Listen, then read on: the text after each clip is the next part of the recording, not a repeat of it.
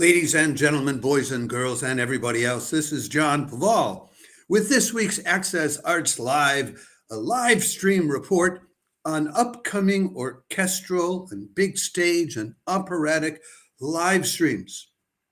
For the week of November 3rd to November 10th, we have a lot going on this week all over the world, in Europe, in the United States.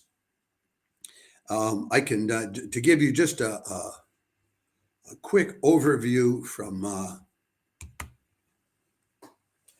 we've got Mozart in Moscow and Newcastle. We've got Mahler's Fourth in Lisbon and in Tomsk, Siberia. We've got the full-scale Carmina Burana in Detroit with the Detroit Symphony, Artbene, who's the chief conductor there, but who loves conducting opera. And he's got a great cast of soloists to go along with that production and more. And everything that we have for you this week is free of charge. Whereas if you were trying to see any of it in person, you'd be paying anywhere from $30 to $50 or euros just to get in the door. And it's available to you free of charge. I encourage you to take up the offer. And before I go any further, if you're watching this on Facebook, please like the video. If you're watching on any of our other platforms, please don't just like the video. Like us, that is follow and or subscribe to Access Arts Live free of charge on YouTube, X, TikTok, Instagram, Threads, or LinkedIn, so we can continue to make sure that you get more than 1,000 live links to live performances online in this coming year. So, having said all that, let's dig into what's going on this week. And before I go any further, I should say right now, if you're a Mozart lover, you want to stop watching me right now and you want to log on to, we put up a post about it. The Moscow Philharmonic is playing a Mozart Piano Concerto number 23 with Alexander Gindan on the piano, and he's a world-class pianist who has played everywhere before the war started. That's at 6 o'clock European time, which was 3 minutes ago. It's just starting, noon on the East Coast, 9 in the morning on the West Coast. Then they're doing the overture to the Marriage of Figaro, and then they're doing the Symphony number 41 in C major, the Jupiter Symphony. There's a lot of Mozart going on this week. I don't know why, but if you're a Mozart lover, turn this off. You can come back and watch me record it, but you can't, if you want to watch that, you got to go to their website. I don't know that it's on their YouTube channel. We give you the link to their website. So having said that, now let me move on to the business of everything else going on this week. And there's a lot. I'm happy to report.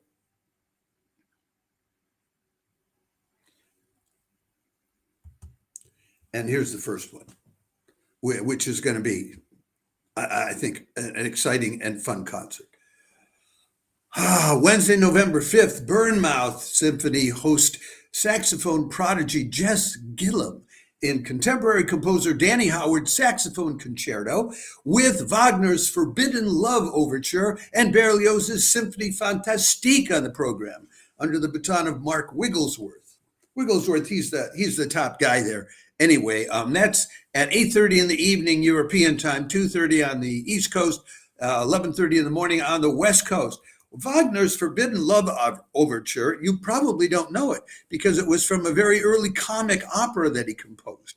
And as we all know, later on with things like the Ring Cycle, he wasn't composing comic operas anymore. The program notes compare it to Gilbert and Sullivan. I think it'd probably be better to compare it to Offenbach or operetta, things like that. So, If you don't know it, it'll be a discovery for you. Now, Danny Howard is a contemporary composer, composed this saxophone concerto this year as an homage to the inventor of the saxophone, Adolphe Sax. That's how it got its name.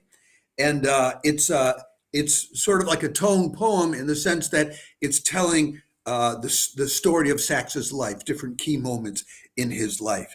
Now, playing the saxophone on that is this incredible saxophone prodigy, Jess Gillum. Born 1998, she's just 27 years old. Started out at the Junior Royal Northern College of Music in Manchester, UK, and like a good prodigy, then she quit. She she had other things to do. Then later on, she went back and studied at the full Royal Northern College of Music, and she dropped out again because she had other things to do. And finally, in 2020, she ended up, 2020, she ended up getting a master's degree in performance from the Guildhall School of Music, in between doing other things. Like what? Well, she has a weekly television show. Well, no, it's not. I guess it's on the radio. It's on the BBC. It's called This Classical Life. She was in this last year, in 23-24, she was the artist in focus with the Royal Northern Sinfonia at the Glass House, which they have a concert coming up that I'll be telling you about. It'll be this coming Sunday. The Glass House is a really cool place, and it's the only full-time chamber orchestra in the UK. And she was also an associate artist at the Royal Albert Hall. She kept checking out of school because she was busy playing and performing. So definitely to somebody to discover. And she's been involved in premiering lots of new works. Glasslands by Anna Klein, which was co-commissioned by the BBC Phil, the Detroit Symphony, etc. And Carl Jenkins's Stravaganza, which she did with the BBC National Orchestra of Wales. And I wonder if she did that at the proms. It's entirely possible because that orchestra always goes to the proms. Anyway, so that's the second piece that they're doing, but it's exciting. And there you see her photo there. And then they'll do Berlioz's Symphonie Fantastique, which is very appropriate because he was a good friend of Sachs and wrote, he was the first composer to write a piece for the saxophone, etc. So check that out. I think it'll be a lot of fun. On the list of is this inspiring, uplifting, or a lot of fun, this is in the a lot of fun category. That's on Wednesday, but right away the next day there's more exciting music coming up this week. Where's the photo that I have for this? There you go. An American and a Pole. Guest conductor Roderick Cox from Macon, Georgia, leads the Frankfurt Radio Symphony in Giovanni Bottesini's double bass concerto with Polish double bassist Bogusław Furtok and Tchaikovsky Symphony No. 5, Thursday, November 6th. That will be, and that'll be at 7 o'clock in the evening European time, 1 o'clock on the East Coast, 10 o'clock in the morning on the West Coast. Who is Giovanni Bottesini? Giovanni Bottesini is he's a 19th century composer, almost entirely 19th century. I think I dug up a picture of him. There's Bottesini with this double bass, which is a very peculiar instrument, but I don't have time to give you all the details about that, but you can look him up. He's like 1820 to the 1890s, something like that. On the double bass is Bogusław Furtok, born in Katowice, Poland, graduated, and he's one of these people. There are like these two kinds of people in the performing arts: those who get settled early and stay in the same place forever, and those who are constantly moving. Bogusław, he's the kind that got settled early. Graduated from Frankfurt University of Music in 1995, and he immediately became principal double bassist of the Frankfurt Symphony Orchestra, where he plays to this day. The Frankfurt Radio Symphony Orchestra, I should say. So multiple prize winner and all of that, and still teaches at a school in Poland. But that's Bogusław Furtok, Frankfurt's double bassist. And the conductor, Roderick Cox, is interesting. He's younger, born in 1987, so he'd be about 40 years old now, 39. Went to studied at Columbus State University in Georgia. Then he got his master's in conducting at Northwestern, and then he went to the American Academy of Conducting in Aspen, worked with the Alabama Symphony Orchestra as an associate, worked with their youth orchestra. Then in the mid-teens, he was an associate conductor with the Minnesota Orchestra and won the Sir George Solti Conducting Award in 2018. which then lifted his profile. He started conducting with places like the LA Phil and the Boston Symphony. And as of last year, he's the music director of the Opera Orchestra, the National Opera Orchestra of Montpellier, which I think has a certain interest in American and English works, because I've known friends who did like American musicals or English musical theater down there in Montpellier, and I think it was with that opera orchestra. So interesting Frankfurt Radio Symphony bringing in an American from Georgia and a Pole from Katowice to play an Italian, Giovanni Bottesini, and the Russian Tchaikovsky. If you're a Tchaikovsky lover, hey, you're in heaven. It's Symphony number 5.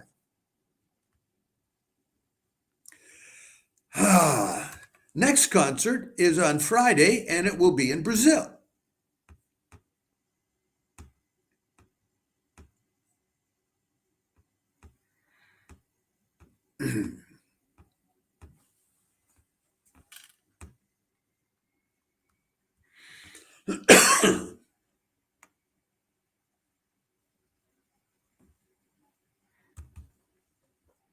And this, this is one of these concerts where you've got a conductor here who's one of those I was just talking about, the ones who are always on the move.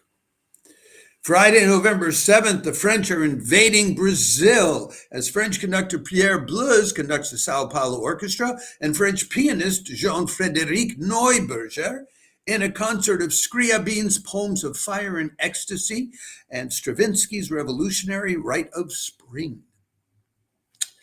2 French guys in Sao Paulo.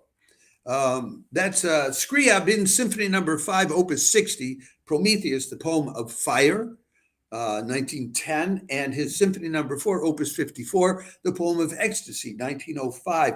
These were works in which Scriabin's own style crystallized. So musicologically, if you're interested in the changes in that period, Scriabin developing his style, Stravinsky developing his modern style, this is it. And the Rites of Spring provoked a riot when they premiered it in Paris back in, I think it was 1913 or something like that.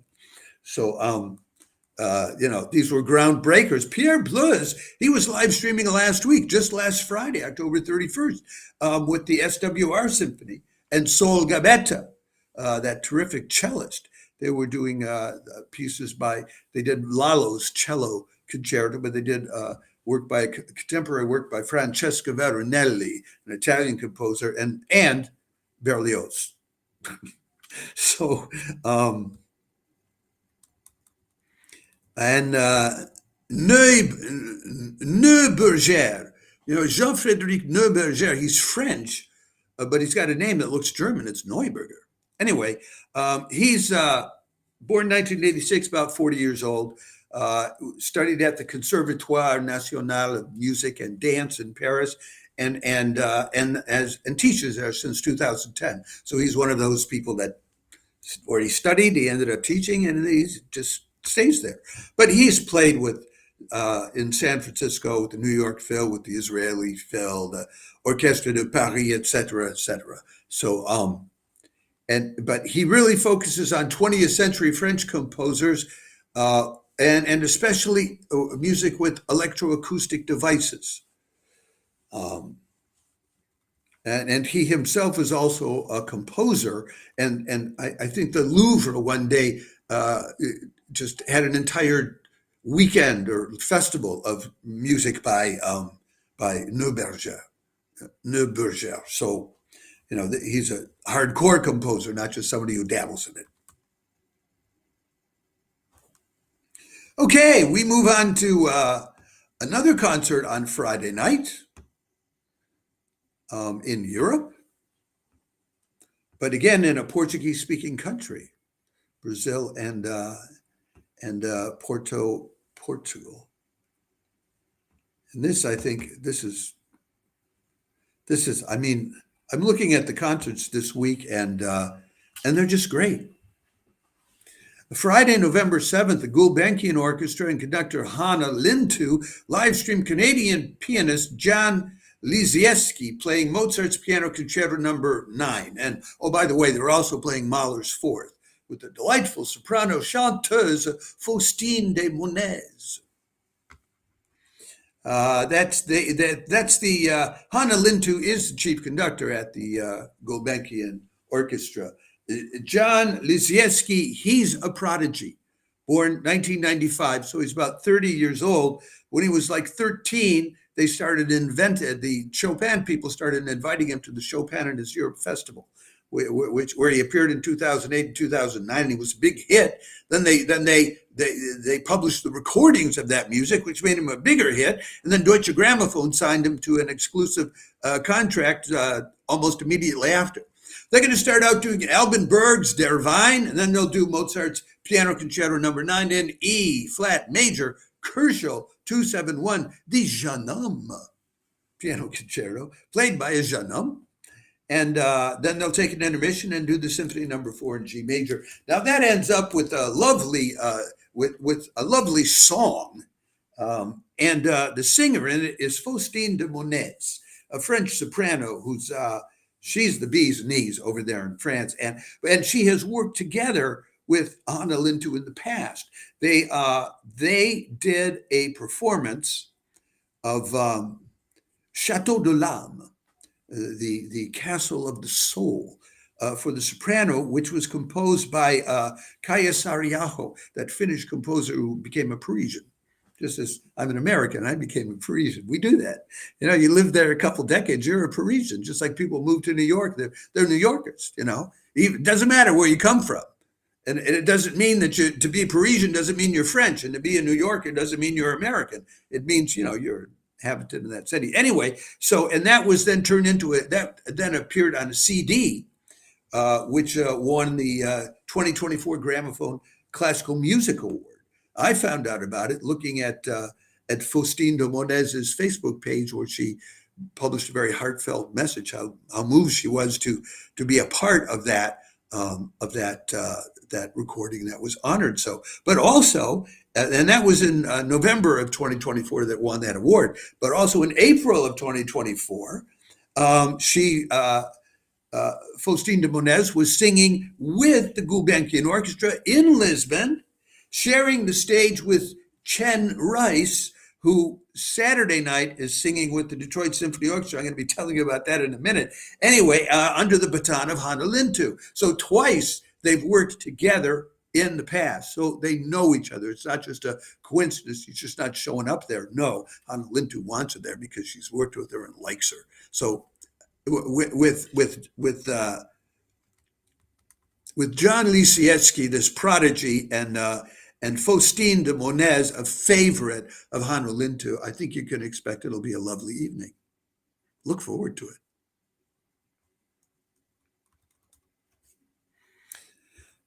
Okay, then we move to Saturday.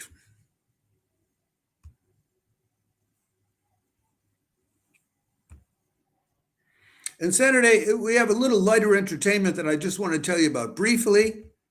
It will be the Moscow Regional Symphony Orchestra, which you see up on the screen there right now. I'm fussing around here just trying to get some. Now I'm getting a note that says unable to share the screen, and I have no idea what that means.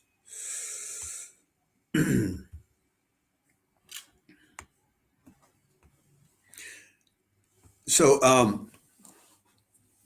if you're in the mood for some light orchestral works by Mozart, Saëns, Fauré, and Albinoni, Saturday, November 8th, Artbene is live streaming the Moscow Regional Philharmonic, playing just those things at the Roman Catholic Cathedral in Moscow. The organist there is Marina Omelchenko, who regularly plays there at the Catholic Cathedral in Moscow. The Moscow Regional Philharmonic Symphony Orchestra is an orchestra that over the last 30 years or so has been on and off, and it's sort of a community outreach kind of orchestra, which has in its programming not only high classical stuff, but light classical stuff, and then more popular music. So they'll be doing Mozart's Symphony No. 40, Saint-Saëns' Rondo Capricciosi, Fauré's Pavane, Mozart's Clarinet Concerto, at least the first movement, and Albinoni's Adagio. It's that kind of thing, popular works. If you like that, there it is, free of charge. Then a little later, now comes a big deal. This is going to be a really fine concert coming out of Detroit. It's not the first time that a really fine concert comes out of Detroit, though. It's my original hometown, and it has a tradition of high quality performances. This one is like Saturday, November 8th, the Detroit Symphony Orchestra is back live streaming Karl Orff's Carmina Burana for orchestra, soloist, and choir, and 2 contemporary classics by Michael Abels, Global Warming and More Seasons, all under the baton of the dynamic Yadar Bignamini. That'll be at 8 o'clock in the evening on the East Coast, at 5 in the evening on the West Coast, 2 o'clock in the morning here in Europe. I'm sorry it's so late, at 10 o'clock Sunday morning down under in Australia. Michael Abels composed these 2 pieces. Global Warming was composed way back in 1990 to celebrate the globalization idea that we all get along together. That was very big in the 90s. And the internet was opening it up too and all of that. And then his later work called More Seasons, Abels describes it as Vivaldi in a mixmaster. So fun.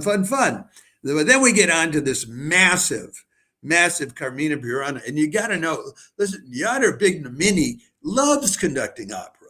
Yeah, he's the chief conductor and artistic director at the DSO. But if you look up his biography, I'm not going to go into all the details of it. He's always out there directing opera and so conducting opera. So he's got soprano Chen Rice, whom I mentioned just earlier in talking about the OSESP concert where she had sung together at the Gulbenkian Orchestra with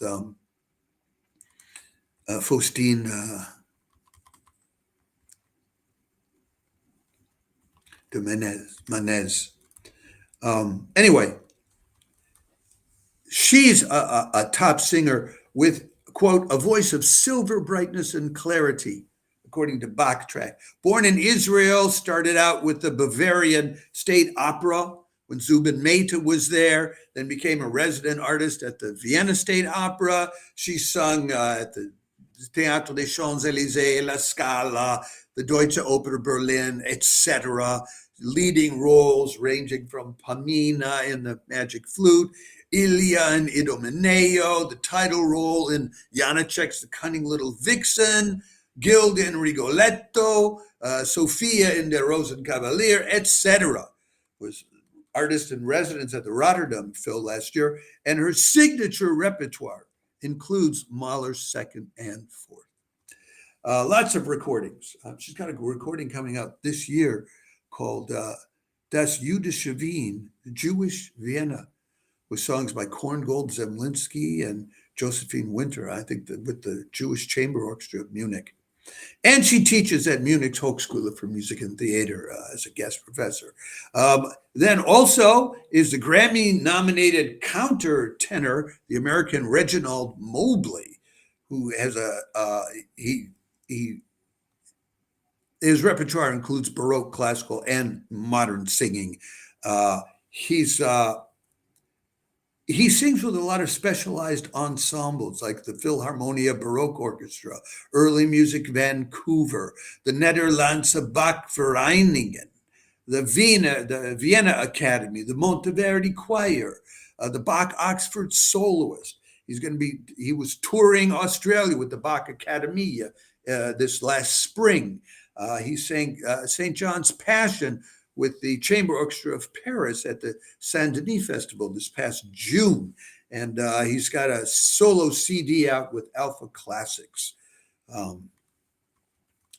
And the third soloist, I have to look up his name to be able to pronounce it correctly, and I'll probably get it wrong, is Andrzej Filonczyk, a Polish baritone. Andrzej is a top baritone singer, Born 1994, still relatively young, 30 years old, came out of the Music Academy in Wrocław. Then he was in the Young Talents programs with the Polish National Opera, with the International Opera Studio in Zurich, with the Salzburg Festival. Made his debut about a decade ago in Poznania as Tonio and Pagliacci. The next year he was back there playing in Eugene Onegin. He's played Guglielmo Sestil in Murray Stuart at the Zurich Opera House, Silvio and Pagliacci at the Royal Opera House, Covent Garden in London, Marcello and La Boheme with the Canadian Opera Company in Toronto, etc. And he recently made his house debut at the Wiener Staatsoper, which does a lot of live streaming, which we tell you about, in Don Giovanni. So, wow. Great concert with a terrific conductor and a terrific cast of singers. Way to go, Big Domini. I'll be tuning in the middle of the night here in Paris. You know, they won't be doing that till like 3 a.m.